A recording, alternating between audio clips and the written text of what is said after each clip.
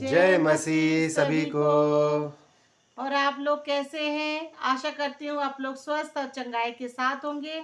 आज हम फिर आए हैं आप लोगों के सामने दुआ, प्रार्थना और विनती के साथ। जी हाँ भाई बहनों, तो धन्यवाद करते हैं आप सभी का कि आप हमारे सभी कंटेंट को देख रहे हैं, हमारे सभी सब्जेक्ट को सुनते हैं और हम ऐसी आशा ऐसी उम्मीद करते हैं कि आप उस पर अमल भी करते होंगे। तो भाई बहनों, आज का जो सब्जेक्ट है, आज का जो कंटेंट है, वो इस तरह से है जो हम लेकर आए हैं कि प्रार्थना प्रार्थना किस तरह से करनी चाहिए, सही तरीका और सही प्रार्थना क्या है, जो खुद हमें प्रभु यीशु मसीह सिखाते हैं। जी हाँ भाइयों बहनों, आप लोग तो जानते ही हैं, जब भी किसी के साथ कोई प्रॉब्लम होती है, कोई समस्या आती है, तो वो सीधा प्रार्थना में बैठता है, प्रार्थना करता है कि प्रार्थना से ही सारी बातें आपके प्रभु तक पहुंचती है। जब आप प्रार्थना करते हैं, आप अपने बातों को अपने परमेश्वर, अपने यहोवा तक पहुंचाना चाहते हैं, तो उसके लिए आपको दुआ करना पड़ता, प्रार्थना करना पड़ता, क्योंकि बिना प्रार्थना से तो आपके कोई भी बात प्रभु को पता नहीं चलेगा। प्रभु के सामने आप किस तरह से प्रार्थना करेंगे? प्रभु को कैसे बताएंगे कि आपको क्या प्रॉब्लम है, आपको क्या दुख है, क्या तकलीफ है? जी हाँ भाइयों बहनों, तो आज यही बताएंगे आपको कि प्रार्थना का सही तरीका क्या है और तो प्रभु यीशु मसीह हमें क्या सिखाते हैं कि हमें हमारा प्रार्थना करने का सही तरीका क्या है। तो हम वचन के रेफरेंस से आपको बताएंगे। लेकिन जो यीशु मसीह के जो चेले थे, उन्होंने यीशु मसीह से कहा एक बार, जो बपतिस्मा देता था अपने चेलों को और उनको प्रार्थना करना सिखाता था, उसी तरह से तू भी हमें प्रार्थना करना सिखा, क्योंकि हम प्रार्थना करना चाहते हैं, हम सीखना चाहते हैं उसका सही तरीका क्या है। तो हमें भी तू प्रार्थना करना सिखा। तब लूका 11:2 में प्रभु यीशु मसीह ने उनको सिखाया, उनको कहा कि तुम इस तरह से प्रार्थना किया करो, ए हमारे पिता, तेरा नाम पवित्र माना जाए। जो प्रार्थना आजकल हर कोई करता है और ये पीढ़ी पीढ़ी से चली आ रही है उसी ज़माने से, क्योंकि ये प्रार्थना चेलों ने कहा था कि हमें तू प्रार्थना करना सिखा, तो यीशु मसीह ने उनको इस तरह से प्रार्थना करना सिखाया कि तुम इस तरह से प्रार्थना करो, क्योंकि ये चेलों की फरमाइश थी, चेलों की रिक्वेस्ट थी। वो गुजारिश कर रहे थे कि प्रभु तू हमें प्रार्थना करना सिखा। तो प्रभु ने उनको सिखाया कि इस तरह से तुम प्रार्थना कर सकते हो। मगर भाई बहनों, हमें कौन सी प्रार्थना करनी चाहिए, हमारे लिए कौन सी प्रार्थना जरूरी है? ये प्रार्थना वो हो गई जो यीशु मसीह के चेले उससे सीखना चाहते थे, जिन्होंने रिक्वेस्ट करी कि हमें तू प्रार्थना करना सिखा, तो प्रभु यीशु मसीह ने उनको सिखाया। लेकिन हमें कौन सी प्रार्थना करनी चाहिए, जो आज के जन है, हमें कौन सी प्रार्थना करनी चाहिए और उस प्रार्थना को याद रखना चाहिए जो यीशु मसीह चाहता है, अपने आप से सिखाना चाहता है, जिसके लिए हम फोर्स नहीं करते। लेकिन यीशु मसीह ने कहा है अपने वचन में, पवित्र बाइबल में कहा है कि मैं चाहता हूं तुम इस तरह से प्रार्थना करो। चेले चाहते हैं उस तरह से नहीं, यीशु मसीह जैसा चाहता है उस तरह से प्रार्थना करो। तो उसके लिए हम वचन देखेंगे जिसमें प्रभु यीशु मसीह हमें बताता है। तो हम देखेंगे मत्ती 9:37 और 38, इसमें प्रभु का वचन क्या कहता है।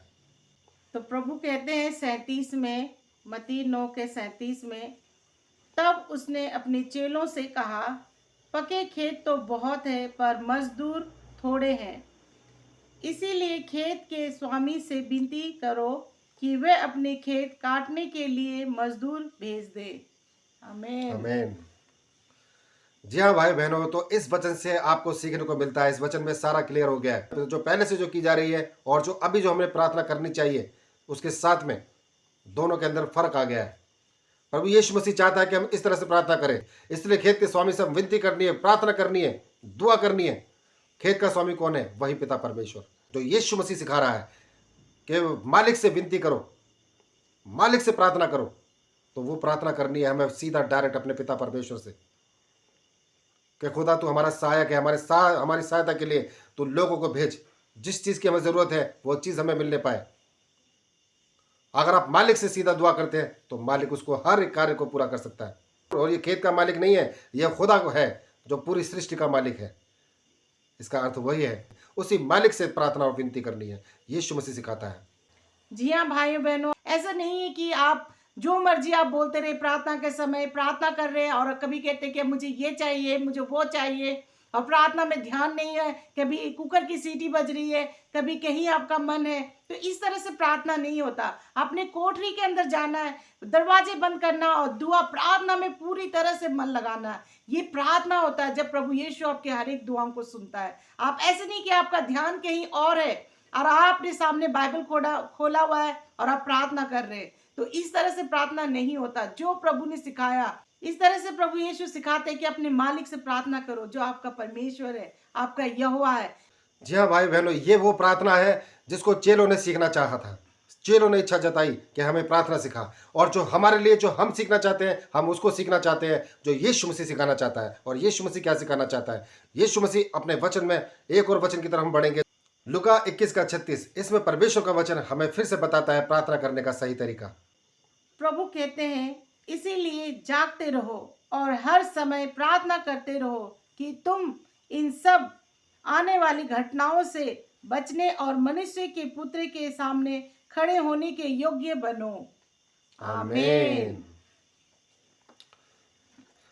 जी हाँ भाई बहनों, तो परमेश्वर का वचन हमें सीधा सीधा बताता है, साफ साफ बताता है कि हमें किस तरह से प्रार्थना करनी है। ये यीशु मसीह आप कहते हैं, यीशु मसीह के द्वारा कहा गया है कि मैं चाहता हूं कि तुम इस तरह से प्रार्थना करो।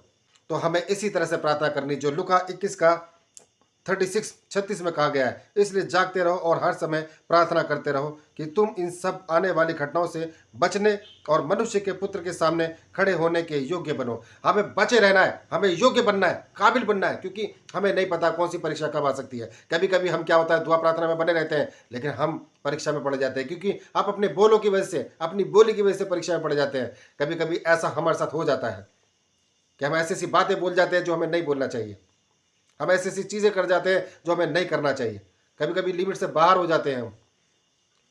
ऐसी घड़ी से बचने के लिए सिखाइए प्रार्थना को यीशु मसीह ने हमारे लिए सिखाया है। यह हमारे लिए प्रार्थना है, वो चेलों के लिए थी जो उनको सिखाया, जो उसको आज भी बोला जाता है। लेकिन ये प्रार्थना, ये वो दुआ है जिसको यीशु मसीह ने आप ही कहा है कि मैं चाहता हूं कि तुम इस तरह से प्रार्थना करो।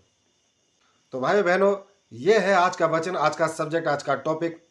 हम उम्मीद करते हैं आप इस कंटेंट को, इस विषय को अपने सगे संबंधियों तक, रिश्तेदारों तक, जान पहचान और अपने साथियों तक जरूर शेयर करेंगे, ताकि वो लोग भी जाने प्रार्थना का सही तरीका कि यीशु मसीह हमें किस तरह से दुआ करना सिखाते हैं। जो यीशु मसीह चाहते हैं वो दुआ प्रार्थना हमने करनी है। वो दुआ प्रार्थना कहाँ है?